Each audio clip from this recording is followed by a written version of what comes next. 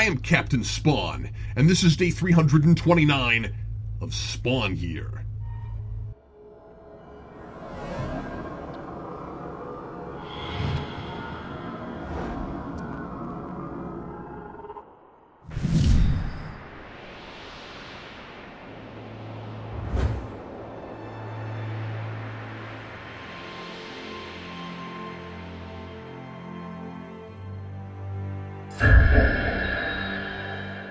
It's finally happened. I've been here so long that my world and Spawn's worlds have completely merged, and Spawn and I are exactly the same person. Jim Downing is a young Caucasian man who fell into a coma, had selective amnesia, was transformed into a hellspawn, manipulated into becoming a killer, is blamed for ruining the life of a man through genetic engineering, and has a love interest named Sarah. Heavens to Betsy, what are the odds? I mean, there are subtle differences. I'm not blonde. Well, I'm not anything now, but when I had hair, I wasn't blonde. Sarah spells her name differently. I may never actually awaken from my coma, and nobody's forcing Jim Downing to review Spawn comics. But I bet that's coming. It's already been that meta with action figures. I can't help but revisit my radical theory all those months ago that the entire publication history of Spawn was designed in a conspiracy between Todd McFarlane and Doomsvince, or possibly Tiny Adam West if I'm wrong and he's been behind this all along, in anticipation of Spawn Year to drive me mad.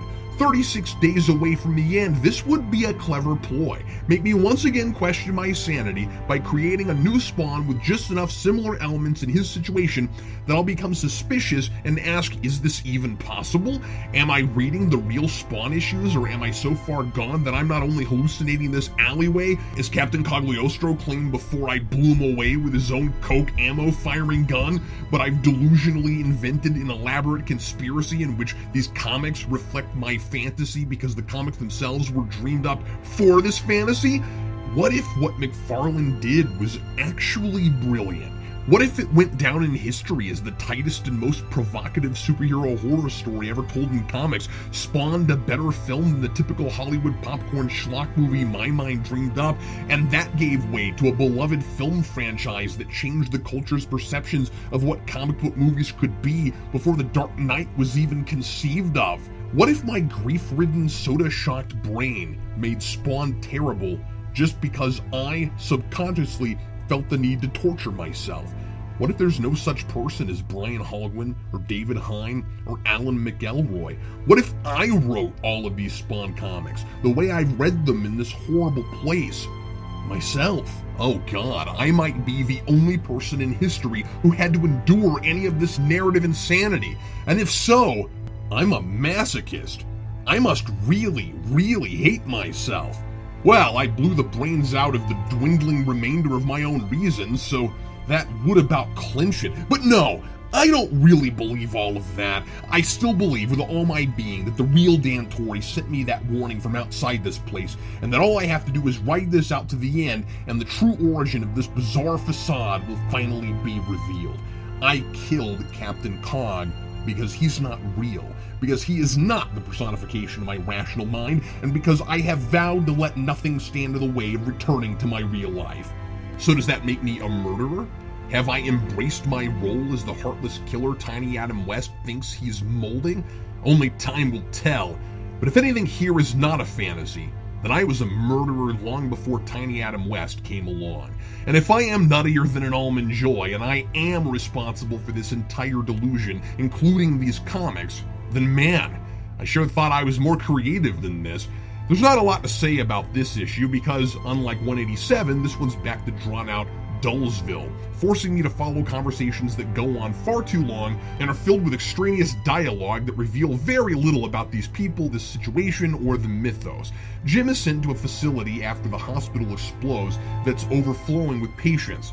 Then he's sent to another hospital, and then the lead doctor wants to discharge him once he's given him a clean bill of health to make way for the more severely injured. But Jim's doctor, Dr. Baxter, I am so waiting for this guy to show up and be a giant mutant fly, can't be bothered to locate Jim's files to find the name of a personal contact who can sign him out, and Jim has full-on amnesia and doesn't remember anyone.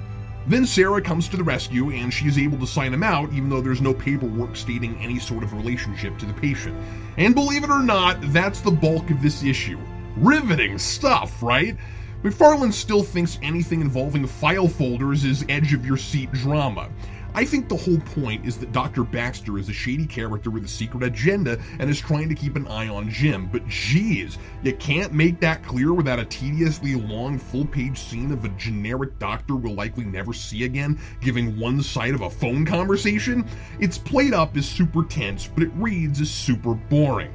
This whole hospital discharge business should have been done in a couple pages tops, or at least some sort of character-revealing story should have been told in the interim while the doctor is trying to get Jim released. Meanwhile, we learn from the media investigation happening at the New York Clarion, where our enthusiastic new club reporter works, that the hospital Jim was being held at is odd. They specialize in long-term rare illnesses and never took any government money. I bet that's where those genetic experiments happened. I sure hope Dan Torrey didn't secretly create doomsvents at a shady facility like that. It's really ironic that the news office in this is called the Clarion. I mean, Spawn comics might be loud, but they're usually far from clear. Then there's this awkward scene where Clown berates a demon lackey for risking giving up Clown's whereabouts for information on Al's suicide. The demon finds out the place Al died was only sort of a dead zone, whatever that means. Clown's mad that this demon didn't report what he knew earlier, and he brutally kills him with one hand. I'm honestly not entirely sure what exactly is going on here. At the end, Jim has a violent flashback where he sees himself murder the Extractor. Either he loses his memory of everything that happens in the Spawn suit, or else the Extractor is really that forgettable. Then he transforms into Spawn again in his apartment, freaks out, and screams, "Sarah!" I guess he and Al Simmons have one major character trait in common. They both melodramatically holler their love interest names at the drop of a hat. That's alright, I've done that one too. Oh, and the Spawn clock is back! And now it's counting upwards! McFarlane's bringing back all those beloved staples that were oh so effective and always paid off so nicely in the early days, and lots of stuff I really missed making fun of. So does Spawn have almost no power right now? If shooting venom tentacles everywhere counts as powerless, I'd sure hate to be in the same room at 9999. What are we counting up to? Before, if the clock hit 0, Spawn was supposed to have depleted his power and go back to hell. That was his only weakness, power depletion. So now what? We're counting up to his being so overpowered again that he wins every battle by virtue of showing up? Like I'm supposed to look forward to that? The book is still better than it has been in a long while, or maybe I'm just basking in the lack of Al, but there's way too much pointless information exposited by characters who aren't much more than info dumpers. I really hope this didn't all come from my head. If I knew I was this boring, I'd destroy my own rationality in the hopes of producing some personality. Signed, Captain Spawn.